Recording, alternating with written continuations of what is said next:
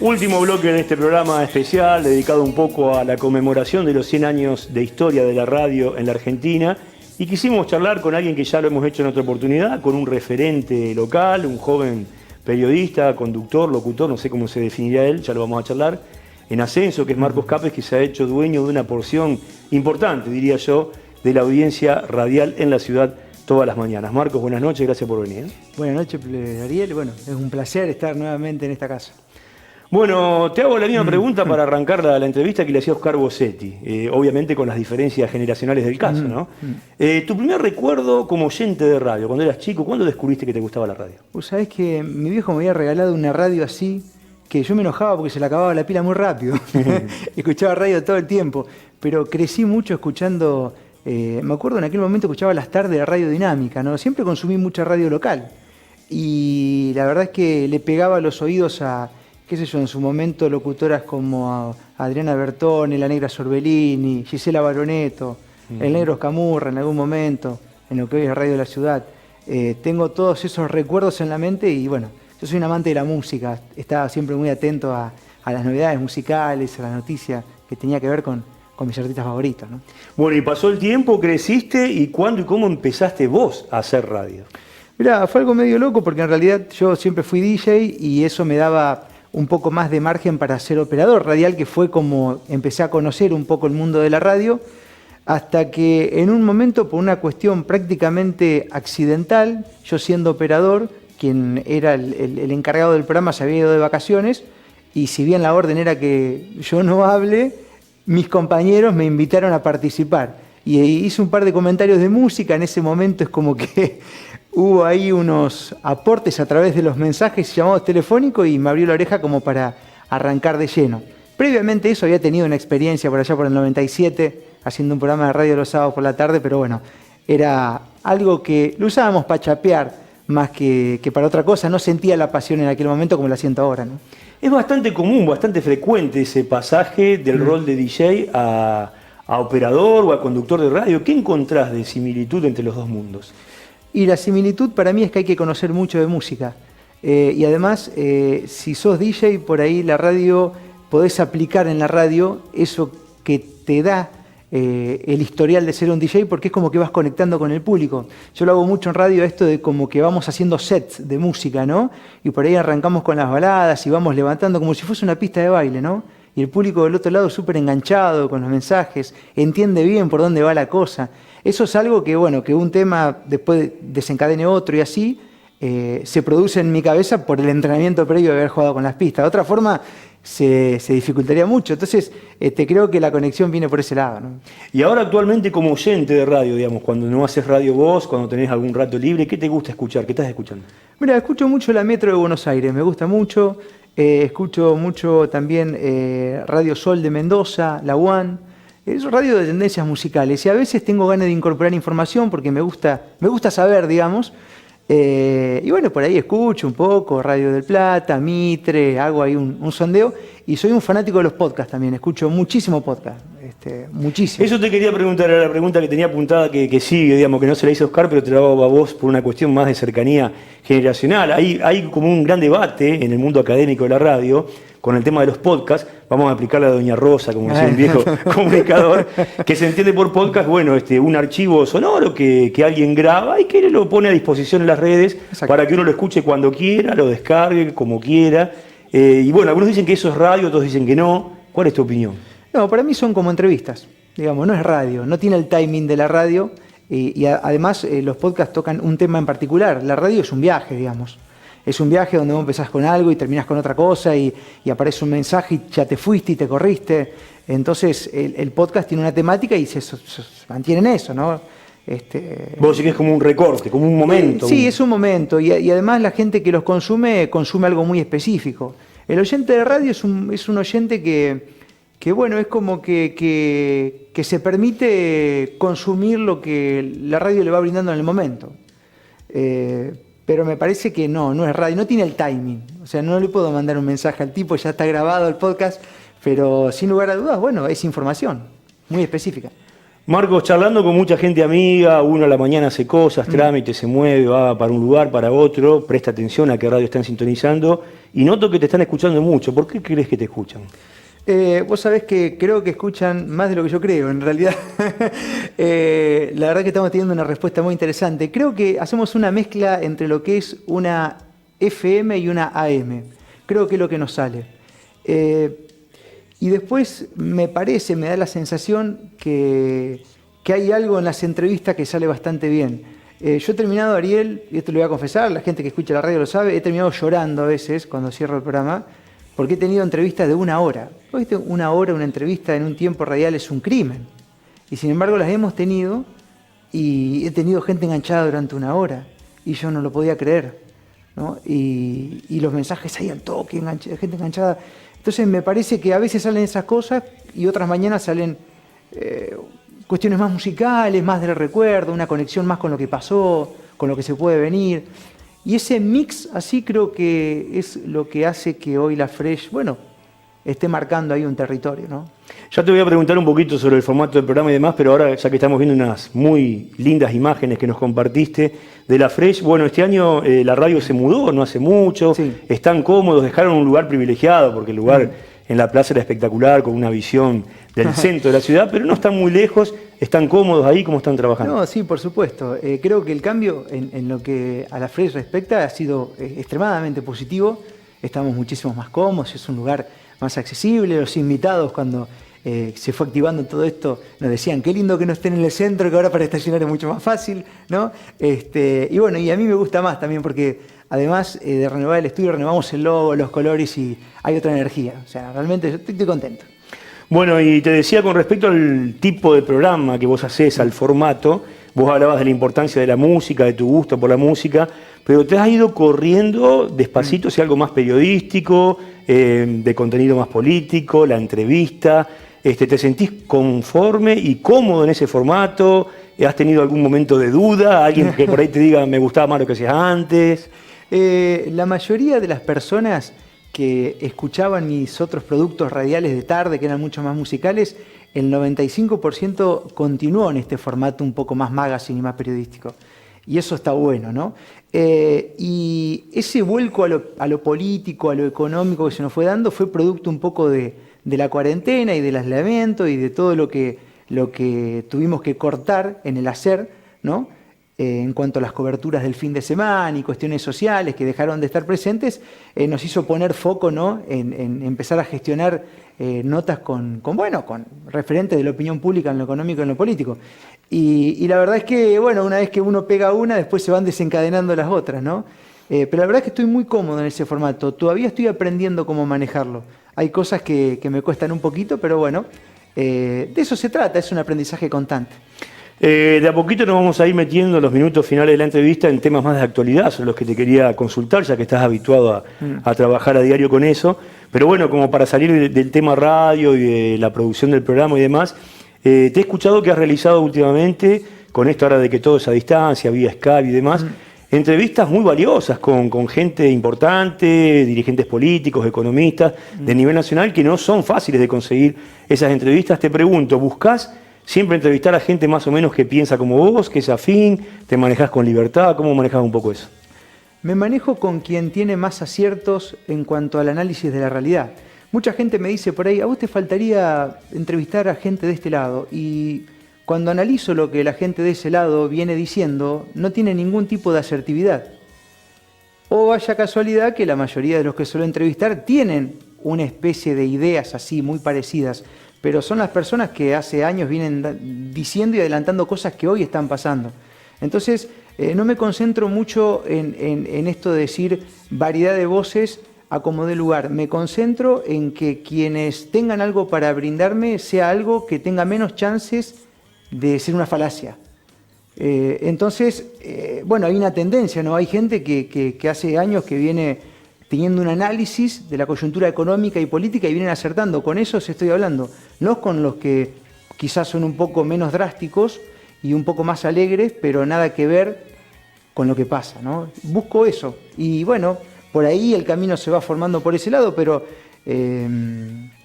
no puedo sostener una variedad consciente si sé que esa persona va a fallar o va a mentir a mis oyentes. Es probable que muchas personas que nos están viendo te conozcan, te escuchen en la radio, otros tal vez no.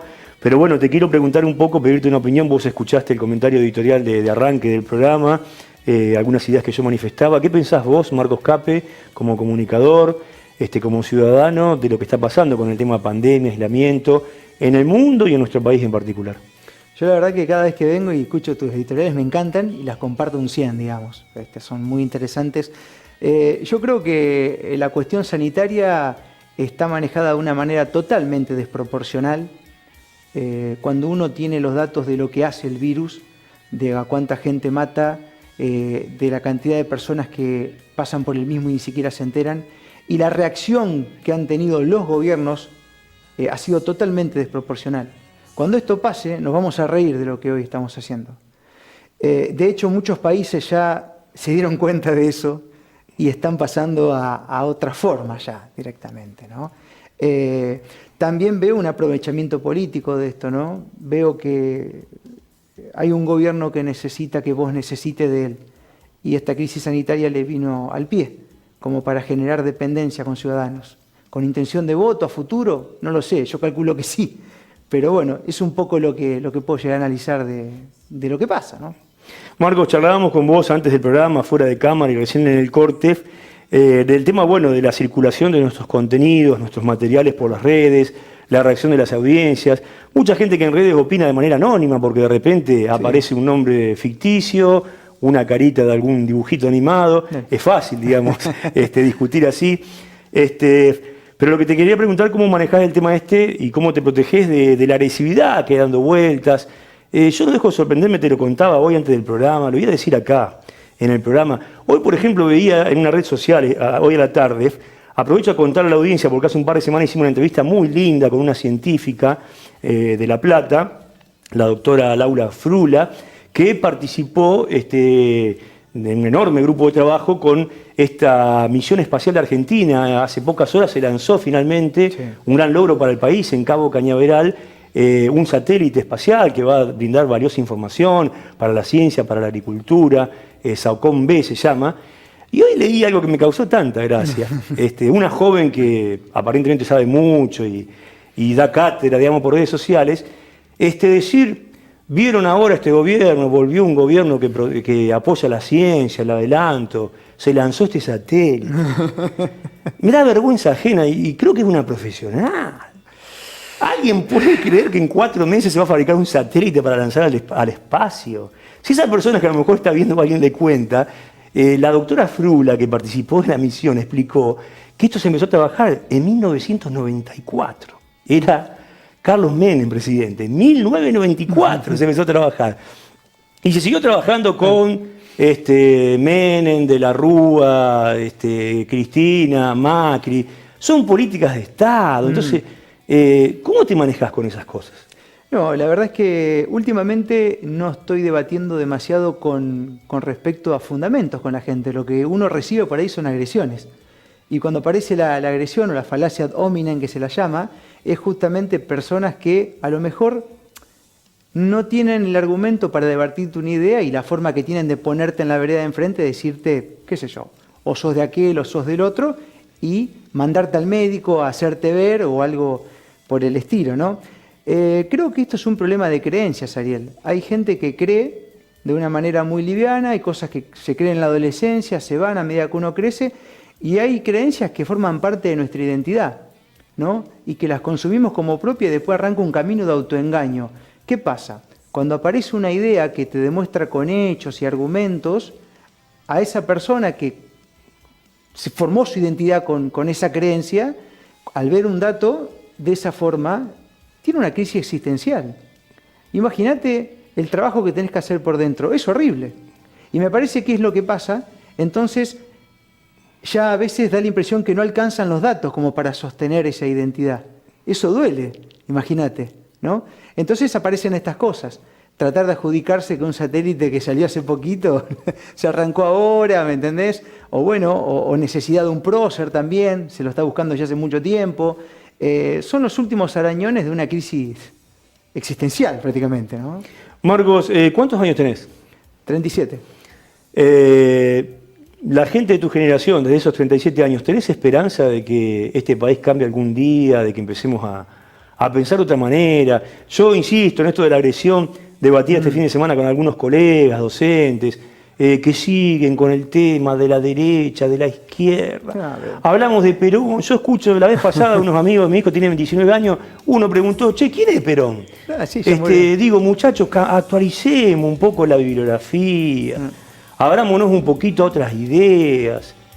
¿Tenés esperanza que podamos cambiar? Mirá, hay una tanda de jóvenes que creo que lo dijo Leandro Santoro en una entrevista, que les preocupa que están formados, gente que sabe. Eso les preocupa a algunos dirigentes, ¿no? Creo que nunca, y vos lo decías en tu editorial, nunca yo viví en mis 37 años que la palabra libertad esté tan presente, ¿no? Y ahí arranca, bueno, los movimientos libertarios, como se autodenominan los jóvenes. Bueno, hay representantes, economistas que lo llevaron muy al conocido, digamos, este tipo de temas, ¿no? Pero me parece que por ahí puede llegar a haber una esperanza muy importante. Lo que sí está claro es que hoy ya existe esa parte o directamente la izquierda. El peronismo tradicional, como lo conocía mi viejo, vos, ya prácticamente no existe más. El peronismo hoy es de izquierda, quedará algún recuerdo por ahí dando vueltas, o después tenés, bueno, la parte libertaria o de derecha, centro-derecha, ¿no? Ahora, en la parte del liberalismo me parece que ahí está la cuota de esperanza, porque cuando uno escucha a jóvenes defender con datos, con argumentos, ideas sociales y económicas, es gente que lee, Ariel, que está formada. Y eso hace mucho tiempo que no pasaba. Pero Marco, yo ahí, y para ir redondeando, digamos, me encanta esta charla que estamos teniendo, este intercambio, pero ahí me permito disentir con vos, en la cuestión ideológica, digamos. Porque yo que sigo estudiante universitario y estudié una carrera de humanidades que tiene una formación con una tendencia de izquierda, hemos leído mucho sobre marxismo y demás, y a uno le encantaba eso, le abrió la cabeza en su momento, pero uno tiene que tener una lectura crítica e ir repensando todo. Tradicionalmente, el pensamiento de izquierda, progresista, eran los revolucionarios, que vos a los 18 años siempre sos revolucionario, eran los revolucionarios, los que estaban en la calle, los que querían el progreso, los que eran más inquietos, y los conservadores, los de derecha, eran los más tranquilos. Resulta que ahora hay gente que dice, no, los que protestan son marchas de derecha. Ahora yo digo, ¿qué clase de progresismo de izquierda es la que te dice, mirá, quédate en tu casa, pagá los impuestos, trabajá para comer y agachá la cabeza y conformate? No, bueno, pero si hay algo que se haga... O como algunos comunicadores en la ciudad que dicen, no, los que se movilizaron yo los tengo firmados, voy a hacer la denuncia, tengo todo anotado. Eso es el pensamiento progresista, yo no entiendo más nada. Bueno, que justamente Y los otros que defienden la libertad son fascistas, digamos. Yo creo que de teoría política se nos quemaron todos los manuales. Pero si algo que caracteriza mucho a la izquierda y al progresismo nuevo es la incongruencia, Ariel. Ahora ni siquiera los muchachos esperan un tiempo prudencial para contradecirse. Es más, yo veo muchísimos periodistas de izquierda que ni siquiera un monólogo pueden sostener porque se contradicen solos sin nadie que le pregunte absolutamente nada. Entonces cuando a mí la gente en la radio me pregunta, ¿y en quién crees vos? Yo creo en quien es congruente. No puedo creer en un tipo que en una campaña me dijo todo lo contrario. Que una semana me hizo una cosa y la otra me dice la otra. No puedo confiar en una persona. Imagínate un padre de familia que le dice al hijo, le da una orden y hace otra cosa. O sea, nosotros realmente los seres humanos nos validamos mucho a través de los ejemplos. Y hoy no tenemos muy buenos ejemplos. Y los ejemplos parten también de la congruencia de vida. Entonces, me parece que es un momento clave para dejar de prestar atención tanto a los dichos y enfocarnos más en los hechos. Claro, y la otra cuestión, Marcos, para ir sintetizando, como decía, yo siempre recuerdo una frase que solía usar mucho Aldo Rico, que ese sí que era de derecha, autoritario, un coronel que, bueno, encabezó varios levantamientos en democracia, militares. Y Aldo Rico decía siempre, la duda es la jactancia de los intelectuales. Él decía que no había que dudar. Y yo digo, cualquier ciudadano de bien, con más educación, con menos, con algún nivel de entendimiento de la actualidad, tiene también que cuestionarse, que pensar. Nosotros en nuestro programa, por eso le pusimos el nombre Ahora que lo pienso. Yo me acuerdo que en la editorial del primer programa dije, cuando uno dice Ahora que lo pienso, uno ¿qué está diciendo? Uno dice, bueno, ahora que lo pienso y lo que sigue, eso implica que uno se detuvo con más tranquilidad, revisó sus propias ideas, lo repensó, lo evaluó, se dio cuenta que estaba equivocado, cambió alguna cuestión. Eso significa, ahora que lo pienso tal cosa, ahora que lo pienso recapacité, lo enfoqué de otra manera, lo miré de otra forma, porque si no es aburridísimo y la historia no avanzaría. Totalmente. Estaríamos siempre en el mismo lugar, que es el temor que tenemos los de nuestra generación, Marco, yo un poco más viejo, vos un poco más joven, en nuestro país. Porque siempre decimos lo mismo, cuando se arma una discusión familiar a veces en una sobremesa de domingo, cuando se podía, llegamos a la misma conclusión, decimos, che, estamos discutiendo y nos estamos lamentando de las mismas cosas que discutían nuestros abuelos hace 40 años. Sí, da la impresión como que somos unos hámster, ¿no? Que estamos ahí en la ruedita. Pero creo que lo que nos puede salvar de todo eso es justamente la propiedad privada y el no engancharnos tanto con la tendencia colectivista. La tendencia colectivista nos hace perder la libertad individual y eso nos limita el raciocinio. Uno se siente contenido porque recibe amor a través de los grupos, pero a la larga tu capacidad de continuar pensando por otros temas se ve limitada, porque la pertenencia requiere ciertos estándares, ¿no? No es casualidad que haya grupos a lo largo de la historia, ¿no? Que hasta se copian los peinados y las formas de hablar y todos responden lo mismo y se maquillan de la misma manera. Bueno, esa es una consecuencia del colectivismo, que es algo que creo que ahora se está empezando a debatir porque los resultados que está dando no son muy buenos en lo social. Claro, pero vuelvo a lo mismo, Marcos.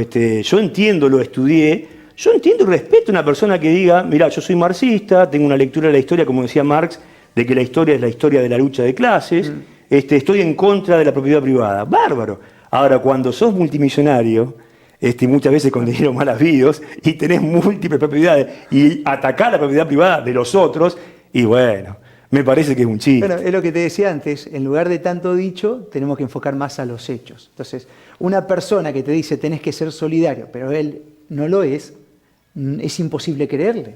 Es más, te va a engañar. Dalo por hecho que te va a engañar y que te está mintiendo. Entonces, yo soy un fanático un poco del PNL, del lenguaje corporal de las personas, ¿viste? Entonces ya hoy enfoco mucho más en eso que en lo que realmente me dicen, porque el cuerpo no miente, ¿no? Entonces, creo que tenemos que entrenarnos en eso, ¿no? Y hay esperanzas, Ariel. Yo, la verdad, hace un tiempo me hizo una entrevista un colega, un influencer del norte, y yo le dije que no pensaba dejarle esta patria a la mala gente, ¿no? Aunque más de una vez pensé en irme también. Y mi hija ya me está preguntando cómo tiene que hacer para irse. Y la verdad que a mí eso me entristece. Pero entonces, ¿qué es lo que nos queda? Que cada uno en el metro cuadrado haga lo que pueda.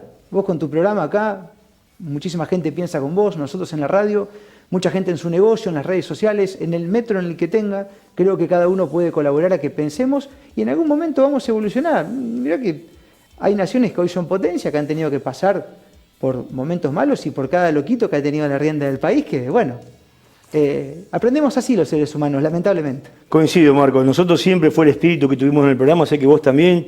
Me interesa aportar un humilde granito de arena para que la gente piense. No me interesa que piensen como yo ni que me den la razón. Me banco, si es con respeto, si es con altura, que discrepen. Ahora te vuelvo a repetir, cuando me encuentro con personas que creen, digamos, que Argentina lanzó un satélite porque Alberto Fernández asumió la presidencia hace 6 meses, digo, bueno, en esos términos no podemos debatir nada. Marco, un gustazo, hemos charlado de la radio, que era el objetivo, de algunos temas de actualidad. Muchas gracias por venir y por compartir esta charla muy espontánea, muy amena, que bueno, algunos la habrán disfrutado, algunos coincidirán con nosotros y otros estarán enojados y mañana nos lo harán saber. Ha sido un placer y bueno, quiero hacerte una invitación a vos. Ahora quiero que un día me visites en la radio para poder dialogar de temas similares a los que hoy tuvimos acá. Para mí va a ser un placer. Cómo no, va a ser un gusto, lo haremos y lo coordinaremos oportunamente. Gracias, Marco. Compromiso asumido. Gracias a vos. Bueno, un lindo programa, diferente, charlando fundamentalmente de los 100 años de la radio y también, por supuesto, un poco de la actualidad. Gracias por su compañía, hasta la semana que viene.